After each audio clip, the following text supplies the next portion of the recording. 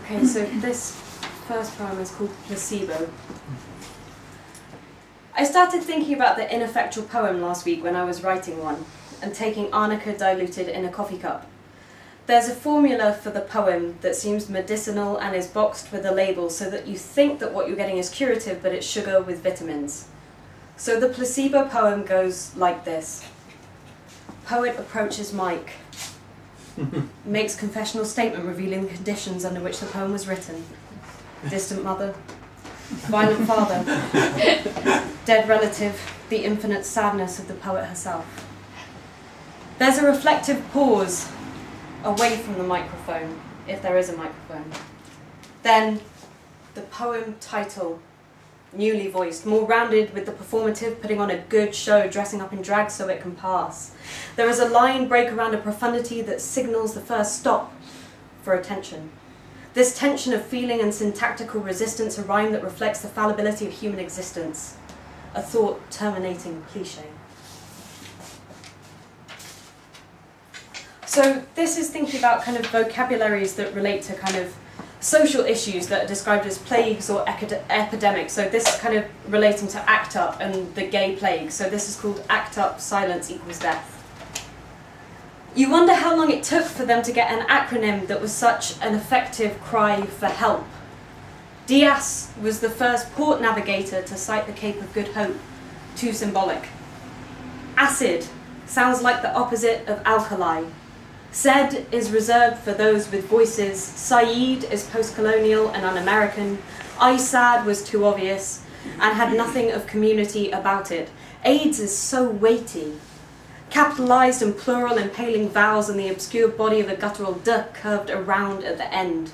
The gay plague. Deadly, infectious disease named after French-Swiss bacteriologist, but was mostly biblical until the 80s, when it was suddenly caused by same-sexy time. Its first name was gay-related immune deficiency because we're all a little weaker around the protective structures when we're feeling same-sexual, but it's nothing Barocca can't fix. The 80s vocabularies, along with neon and denim, were what's your damage, righteous, take a chill pill, rad, and bite me, but don't, it could spread AIDS if I hadn't already got it from a toilet seat or handshake. The Breakfast Club taught us don't you forget about me, as adolescent nostalgia for high school pastures became a national feeling and the only approved drug was set at 10,000 per patient per year. Language can let us die quietly, even if we pick up derogatory names and carry them as slogans. The voice is priced at nothing. It's the listeners that will cost you. Okay, so this next poem is called The Avant-Garde as Alternative Medicine. What is evidence and what are poems? Let's believe in neither, and I will put pin in your eyes to keep them blue on my way always. It's only natural to needle one another a bit. You are a tease and I am only slightly lesser than a lumber puncher. Herbalism is close to cannibalism when you're a freegan. And combating consumerism through vegetal foraging from Sainsbury's own bins. Remember, ginger is for the stomach and mint grace of mind. No one knows what to do with parsley. We burn oils like medieval torture tactics. Talk about how all history is touching itself. Now we have internet archives and the present is a conflation of linguistics and otherwise forgotten stories. When we spend hours together, your company becomes weaker, and so I like you more. The best advice anyone ever gave me is to dilute bad news with 5 glasses of wine. So if it's not you, it's me, has to be said, hand it over in pill form in a gallon of Shiraz, or house wine if you are paying, to make the statement in a pub somewhere. This next one is the platitudes of incurable illnesses, and it's kind of the sentences we say to placate people that mean nothing. When you get the news in a cheap white envelope, a staple between diagnostics and emergency numbers to call, it is what it is. And when people start to ask how long or what can be done, whatever will be, will be. As we become trite and banal, close to death with staleness, it could be worse. When language is heavy with insipid reassurances until it becomes uncommunicative with the meaninglessness, don't let it bother you. What is remarkable is I remember you as a dark bedside conversation long after sex and our days over this adenine hole you have left on a mattress, but time heals all wounds. And as if to be fresh or profound as the last words are meant to be, you tell me, everything happens for a reason. There are some things that will never get better, they are just to be survived. What doesn't kill you makes you stronger.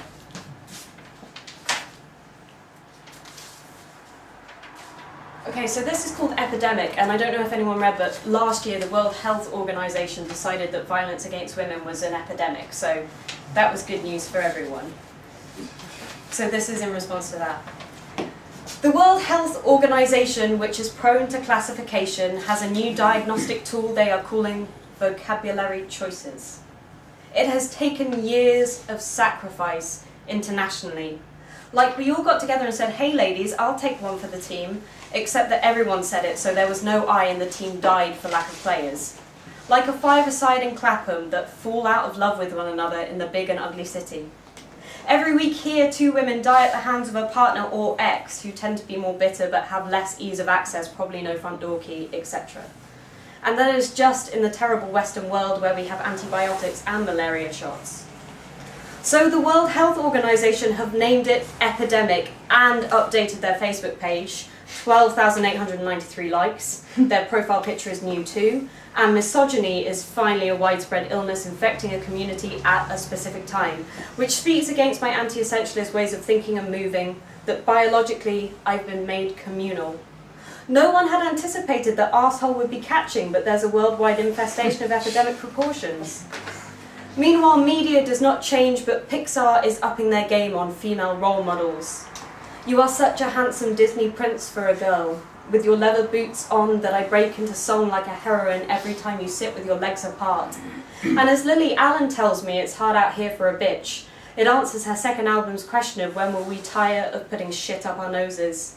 My self-medication stops when patriarchy dies, reads the t-shirt of the girl next to me, but what does that even mean? And the last poem is called Conclusion. As an asthmatic who talks quickly, I have come to define poems by breath. Kind of like Olsen, but not 6'7", or projective, the next line only as good as the strength of my Ventolin. If we think of language as this body, word, six, structure, syntactical breathing around shallow comma, stopgap, semicolon, not just half an organ, but elucidation and deviation all the way up and around the intactful figure of an ampersand, which is quicker and easier than an and. I prose the poem like a form of self-mutilation which sits somewhere between art and medical procedure, and what is traditional in the line break or the way people should be responding to penicillin is the same. But if medicine can be allergens, then a language rebellion can't be a surprise. The EpiPen carriers, avant-gardeners of the NHS, and reactions and swellings around latex entries are just a call for a return to barebacking and chirruping skin connectivities like treatment plans. Luckily, if a poem can't cure the common cold, it can be balm for social ills. This poem probably means an end to cholera on a global scale, on account of its irregular stanzas. Contagion just did not see it coming. Thank you.